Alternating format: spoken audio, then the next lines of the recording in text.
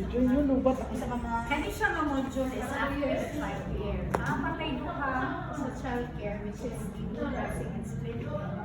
And then the infancy care. After that one, humana dito sa childcare. So that would be first week of April. Pag abot after that, elderly care na ta, which is bed making ang first na demonstration. But this is occupied. Napay unoccupied ani. So i-demo ko pa na sa inyo ha. Pero pag mag-ret demo, it should be kay di na kaya kung sa usa ka adlaw ang duha ang i-demo. Pero let's see kay gamay ra man sa kanang ako 17 kaya duha magud ka bed kung gamiton ko na. Okay? So let's see. Okay, so start ko ha. You're gonna wear your uniform as well as your wala na rin siya apron. So, wala hindi man ni child care. So wala na apron ani. You're gonna wear your hairnet na. Okay? So, good morning everyone. I am Sheena Yu and I'll be demonstrating on how to perform the making up of an occupied bed. So, occupied bed making is a type of bed making where you're going to change the linen of the patient, preparing it for the patient, giving a warmth to the patient as well as a wrinkle-free sheets to the patient with the patient lying on the bed. So, now occupied. So, what are the purpose? Of course, to provide a clean sheet, a tidy sheet without wrinkles, to prevent infection, to prevent skin irritations that will lead to skin ulcers. And at the same time, it will also give warmth to your patient's body. Kaya imong siya mabulat. So, muna siya, no? So, what are the materials needed? We have here the bed, the mattress. We have also here our flat sheets, which includes the bottom sheet, the rubber sheet, cotton draw sheet, top sheet, the pillowcase and the pillow. We have also here the laundry basket. Laundry basket. Then we have also here our vital signs materials. So, and you can use gloves and also the masks and the personal protective equipment na ani. But during the assessment or during the demonstration, you can use or not use. And then siya ha, ma'am, pwede ko mag-gloves. Pwede, but you can mention it lang if you don't like to use it. Okay? Sapnot yun siya. Pero sa actual yun na job, dapat na-yun na siya. Okay? Okay, so, pick up good ang pasyente. So, what are the special considerations? Make sure that the environment or the area is well ventilated and make sure wala nagpakuan pala ko. And make sure that the materials are already prepared to save time and effort. It is arranged according to use. Then the locks of the wheels of the bed are locked. No, the wheels of the bed are locked. And then make sure that you are going to provide a clean sheets as well as a wrinkle-free sheets to your patient. Then get the vital signs to monitor the condition of your patient. Then wash your hands before and after the procedure. And make sure to deal with your patient with courteous and polite manner. Courteous and polite manner. So, procedure na tayo. So, knock on the door and you're going to introduce yourself. Hi, good morning ma'am. I am Sheena. So ma'am, are you identify your patient? Are you Miss? Okay. Tango ganun siya. That's it. Ma'am, I'm just going to prepare the materials and I'll be back in a while. So pag prepare na ninyo, you wash your hands to prevent the spread of infection and then you're going to get the vital signs of your patient. Ma'am, I'm going to monitor your BP ma'am ha. So, get the blood pressure of your patient. So, get good ka sa blood pressure. Dili ka ninyo siya i-mention.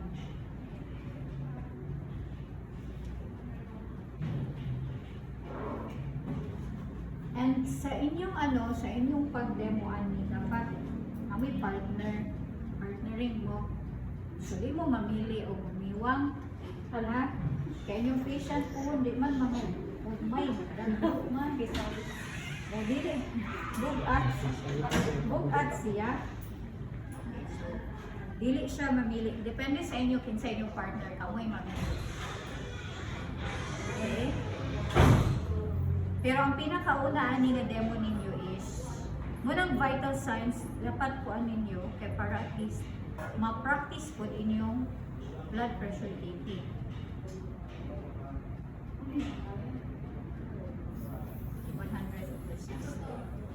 So ma'am, your blood pressure is normal. So I will going to let you lie on your side mga sideline siya. So now siya proper positioning on how to sideline the patient. So you let the patient do the reverse T position and the other hand will be on the sa chest, pwede po din sa iyong tummy. Then the other side of the kaning knee should be flexed or bent. Then you are going to let the patient lie on the side. So mag-sideline ng pasyente. So at the count of 3 ma'am ha, 1, 2, 3. Then provide privacy and of course safety ha sa patient na to. And while doing this one as a caregiver, you will going to do it with proper body mechanics to prevent back pains or any other injuries na pwede na siya ma-fracture gani since kabugat, di ba? Grabe utong na to, pwede na siya magbuak diya.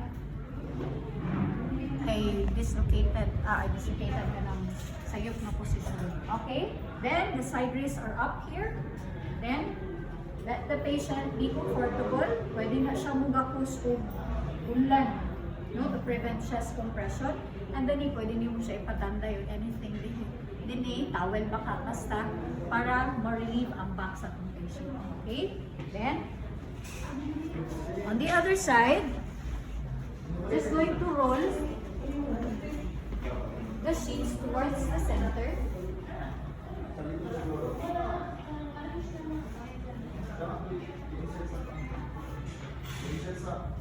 Then muna siya ang quad sa sheets na to. Namin siya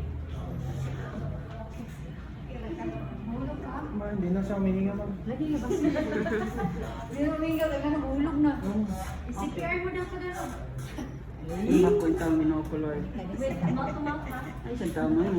Maglamig kayo mabuhing. Ano naman nagpatay-patay naman mo nga. This one here is the bottom sheet. Bottom sheet na to, make sure that it is bali ang pagkabilo. So, bad side out siya. Kung dili ganun na bad side out, sayop na lang siya. Okay? Then, sige lang, during our measures, I will going to explain this first. So, this one here is the bottom sheet. Put part of the bed and part of the bed. So, it should be 12 to 18 inches beyond the head part of the bed. And then make sure, para balance itong sheet, hindi na ito siya ibutang sa edge. Dapat it should be mga half inch siguro. Para pag biranin mo dito, kay flat pa man kay namin patient, balance itong sheet. And sometimes, kung atong i-edge, abot dito, nipis, gamay na lang dito kaayo, hindi siya sulod sa kuan sa bed. So atong na siya i-tuck in. Then draw one sheet and drop. Guys, kung nagreklamo mo sa childcare, natag-as, ano pinataas na pan-fold, Mamabuang na niya naman. Di namin ginimi mga to. the center. Ang pag-fold ba? Yun ang pagpilo pa lang daan. Wa na, nagputaw na Yes, uto. sige lang. Okay ra na siya, normal na yun ang caregiver na buwang. O si? O, ni-support si ma'am sa kuha. Kaniya kung classmate ma'am kay di gyud. Okay. Oh, di Then ba? make sure that you're going to tuck in here, Ganun. tuck in the excess on top, and then you're going to miter. Muna siya ang critical. Okay, ha? Tay dan. Miter the corner. So, usap pang miter mat na ako dali. Kana siya kita ko na. Ana. Kana siya bigyan ni kay siya balance. Muna siya position. And then you are going to be triangular shape. Then you're going to tuck in. This is my theory on the corner of your sheet. Para, we're going to have 45-degree angle. Takingin mo na siya diha. Kasi kung sa pagsibog sa cushion, hindi na siya magunod. Kaya itong ikwa na, kapag wrinkle na siya, wala na, mag-skin irritate na din ang siya. Okay? Then after that, is rubber sheet. Nagana ko yan. Then you do the fine folding towards the center. So ako nang-explain sa iyang function aniha during our occupied learning. Okay, and then the cotton draw sheet on top prevents skin irritation kaya saknot na kaya rubber sheet. So, bad side out, ihapon siya. Para pag open mo, good side na rin siya. Okay, pag-fold towards the center. And then, you tuck in the three sheets all together. Limpyo dapat ha. 35 degrees. 45. 45 minus 10. 35. 45 degrees.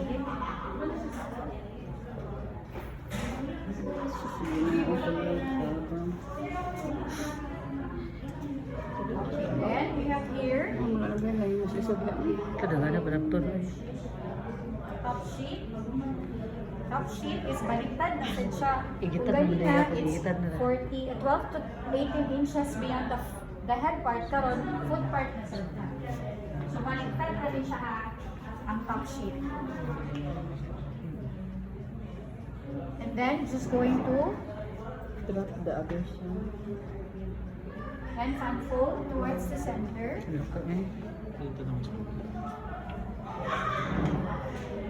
And then look, bad side, good side ang sa patient. Baliktad din na itong paghabol. Dapat ay good side ang nasa ato dili ka itong bad side. Then, just going to tuck in. And then miter. Same lang ma'am. Kapikas. Same na siya, but do not tuck in. Kaya kung tuck in ni mo, ang pasyente, dili makalipok, dili man na buang imong patient. So, dili mo na i-tuck. Then, 45-degree angle. Mula na siyang kwan para dito siya bubutan. Then, you're going to let the patient lie on the back. So, fine lie. Then, while changing the sheet, this is the soiled sheet. Just going to cover to provide privacy to your patient. Labad naman akong ulo pero nag-video ko. And reverse the position. Lord. The other hand on the chest, arms, then just going to let the patient side 1, 2, 3, then cover.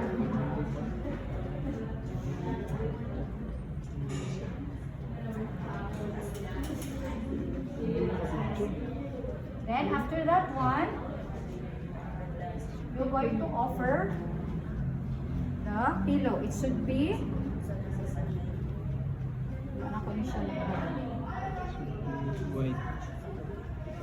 bad side out niya siya ha.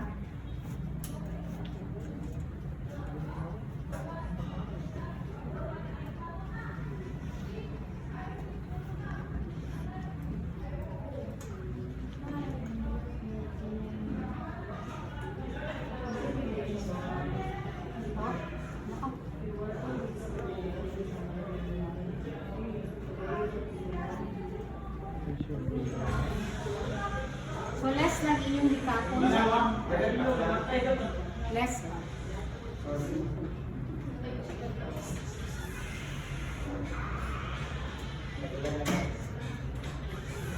Then the opening of the pillowcase should be against or opposite the opening of the door. So kung natin yung opening, opposite siya. Then raise the side rails. And you are going to remove the soiled linen and place it onto the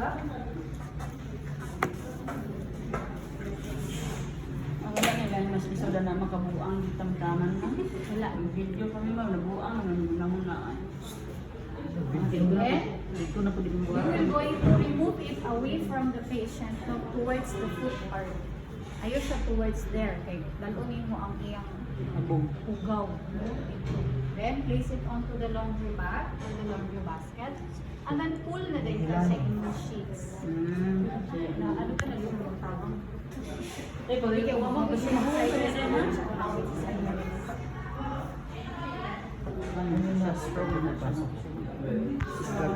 Tapos ka lang yung Hindi ako marunong. Ako nagpasok. Hindi ako marunong. hindi ko na tibira ko. Mabuang kita sa recipe ko na napamay mas grabe makabuang. Yung mabuang mag-gamit. Meaning, you're learning. Tuck in, then you monitor the corner. Kaya rin na ninyo guys. Nung nagkakinan niya na sa oras mo So housekeeping. Yes, ma'am. Ay, kaya mo pa na yan. Kaya mo. Housekeeping, may kumatin sa daw.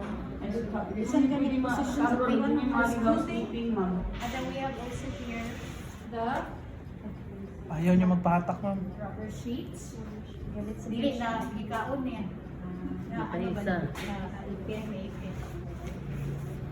Sir, can you move aside? Oo. Pwede na kung kaya sa patient na mag-input sa wheelchair, then mahulog ng patient. Then nga sis, gamay akong ipili. Kung gamang kalakasan, pag-ana nyo dili, hindi na nataman. Hindi ka una tanan. Wala siya. Dapat tinitignan mo siya. ano. Inausaw na lang yung mga double try. Bakit? Tinitignan ka niya, oh. And if you like to Partner kayo. smoothen the area, just going to use the dorsum of your hand. Para Hindi, di ani. Hugaw man ni. Hugaw man ni siya. How to be human, no Lord. So pag sa ubos, Then kami we let the patient with a supine lying position. Supine position. Supine. Supine. Di ba? Supine. Supine. Sapine daw, ma'am. Supine. S-U. Ano supine na gano'n, Di ma'am? Good. Dali daw siya, ma'am. Si Tagana. Sampay na, sampay na. Ganina, ratay ka, ha?